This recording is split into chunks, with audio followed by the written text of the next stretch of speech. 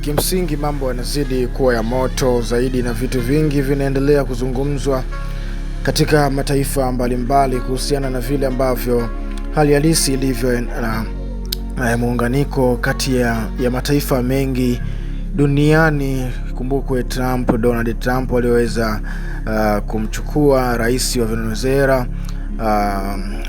Baada ya kuwa sakata hilo limeweza kutokea, mataifa mengi yaliweza kulaani tukio hilo na kuonekana kwamba ni uvunjifu wa sheria za kimataifa.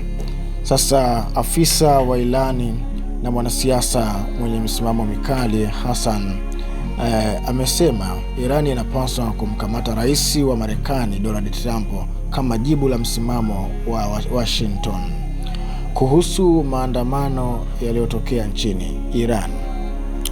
Unaona bwana. Kwa hiyo vitu ambavyo vinavyozidi kutokea na mataifa yenye nguvu ya kuweza kudhibitiana yamekuwa yakileta changamoto kadhaa, ama taarifa hizo zimekuwa zikiendelea kuwa zinaenea katika mataifa mengi zaidi kutokana na ukubwa na nguvu ya mataifa hayo makubwa duniani.